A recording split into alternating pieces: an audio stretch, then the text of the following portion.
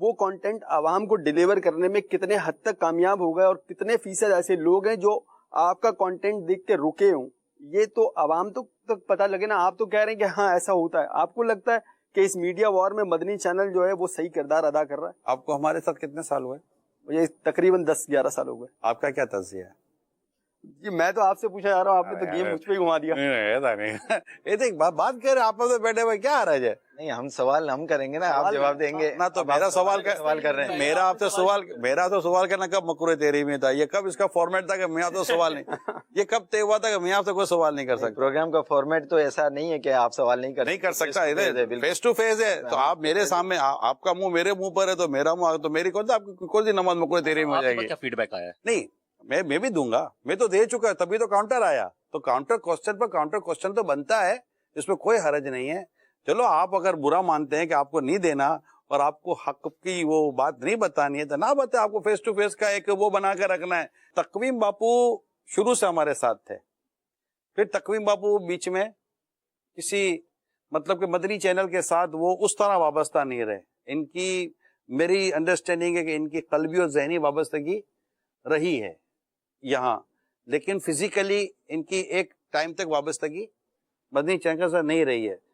پھر رہی ہے, پھر نہیں رہی ہے. سوشل میڈیا یہ سب تو یہ ان آؤٹ ان کا کافی ایسا لگتا ہے کہ شاید رہا ہے. ہم تقویم باپو سے پوچھتے ہیں کہ سید صاحب آپ بتائیے. تو عمر بھائی نے جو یہ سوال کیا ہے, سید صاحب میرا تو فیڈ بیک ہے میرے پاس الحمدللہ, اور بتائیں گے نہیں جیسا نہیں بتانا کیا ہے, میرے ساتھ کبھی سفر کریں گے تو بتاؤں گا کہ فیڈ بیک کس کو بولتے ہیں. ٹھیک ہے, ہم وہ ٹی آر پی اور یہ چیزیں ہمیں کون سی ایڈورٹائز دینی ہے کہ ہم نے ٹی آر پی کے سارے سلسلوں کو اپنے ساتھ چلانا ہے. جب ہم کہیں آتے ہیں, جاتے ہیں, اٹھتے ہیں, بیٹھتے ہیں, ملتے ہیں, ایئرپورٹ پہ جاتے ہیں, کسی ملک پہ جاتے ہیں, وہاں ہم کو ٹی آر پی وہاں مل جاتی ہے. ہمارے سارا وہ چیزیں وہاں ہمیں نظر آ جاتی ہیں جو ہے, اور وہ ڈاکیومنٹڈ نہیں ہے, فزیکلی ہے. دعوت اسلامی کی فزیکلی ہے, لیکن ایک نیوٹرل آؤٹ سائڈر اوپینین لینا ہے تو سید صاحب سے لیں. حرج کیا ہے؟ نہیں, ایسا چینج تو بہت آیا ہے, مگر میں مدنی چینل دیکھتا ہوں تو ظاہر ہے میرے گھر پہ کبھی کبھی دیکھا جاتا ہے. اس کا معاشرے پہ کیا امپیکٹ ہوا ہے؟ یہ تو یہ کہہ رہے ایک تو اسکرین پہ چینج ہے نا, اسکرین کی چینج ہونا اور یہ ساری چینج اپنی جگہ. بغیر ان کا کہنا یہ کہ بھائی آپ کے پاس کوئی نیگیٹو فیڈ بیک نہیں ہے تو اس کے تو آپ کے پاس تو سارا پلس پلس سے آ رہا ہوگا نا. تو آپ بتائیں کیا مدنی چینل نے یا سوشل میڈیا نے سوسائٹی پر کیا پازیٹیو اثر ڈالا ہے؟ اس کی وجہ سے کوئی نیگیٹیوٹی پیدا ہوئی ہے؟ بہت پازیٹیو اثر ہے اس کی. پہلے کلپ وائرل نہیں ہوتی تھیں, اب لوگ بیانات سنتے ہیں, چھوٹی سی کلپ سنتے ہیں, پورے بیانات نہیں دیکھتے, چھوٹی چھوٹی کلپس سوشل میڈیا کی وائرل ہو رہی ہوتی ہیں اور وہ مدنی چینل کے ہی کانٹینٹ سے نکلتی ہیں. لوگ سنتے ہیں اور سیکھتے ہیں دین کے. چھوٹی چھوٹی کلپس میں نہیں سنتا تھا پہلے نا, تو پورے بیانات نہیں سنتا تھا, چھوٹی چھوٹی کلپس دیکھتا ہوں کہ باپا کی کلپس آ رہی ہوتی ہیں. اور مگر مجھے ایک کمی لگتی ہے کہ نا کوئی ینگ نظر نہیں آتا, کہ ایک یوتھ جو ہے نا اس کی ایک, جو میرے پاس بھی کئی لوگوں نے یہ بات بولی کہ چینل میں نا یوتھ نظر نہیں آتی. اب بھی جو مدنی چینل پر دیکھ رہے ہوں گے لوگ, وہ یوتھ دیکھ رہے ہیں, یوتھ لوگ دیکھ رہے ہیں. ابھی اگر اس وقت جو ہمارا پروگرام دیکھ رہا ہوگا, اس کو اسکرین پہ یوتھ نظر آ رہی ہوگی. آ رہی ہوگی. کیسے ہم بیٹھے ہوئے, ٹھیک ہے, آپ کی عمر کے کئی لوگ باپو ہمارے پوری ٹرانسمیشن کو لے کے چلا رہے ہوتے ہیں. بالکل چلا رہے ہوتے ہیں. اس وقت جو بھی ہماری ٹرانسمیشن ہے یوتھ ہی یوتھ ہے. ہمارے پاس تو کئی ایسے اسلام پہ جن کی شادیاں تک نہیں ہوئی ہیں اور وہ مدنی چینل لے کر چل رہے ہیں اور اس کو پروگرامنگ. ان کا باپ پریزنٹر چاہیے نا آن اسکرین, جو ہے نا آن اسکرین.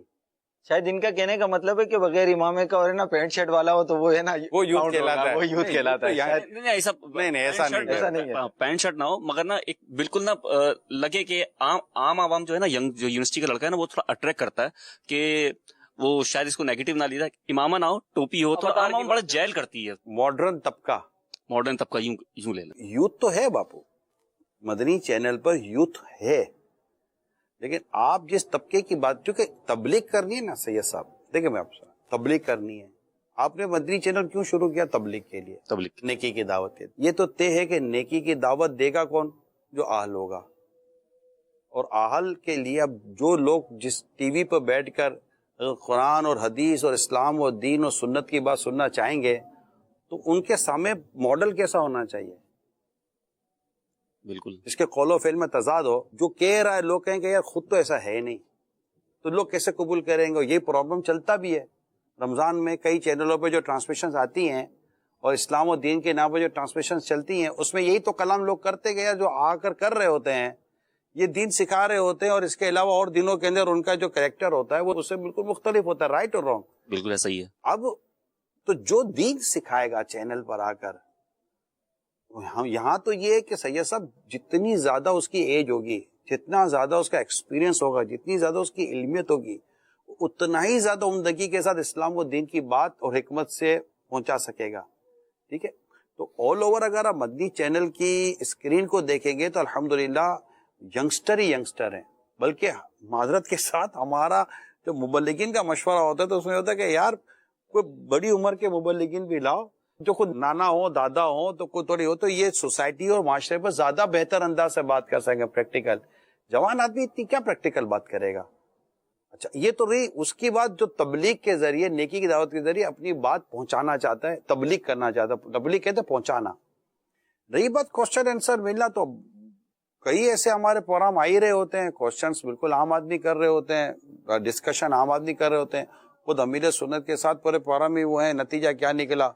اور اس کے علاوہ بہت سارے پروگرام ہوئے، میرے ساتھ بہت سارے پروگرام ہوئے ہیں، میں نے پروفیشنلز کے ساتھ پروگرام کیے ہیں، میں نے ڈاکٹرز کے ساتھ پروگرام کیے ہیں، بزنس کمیونٹی کے ساتھ پروگرام کیے ہیں.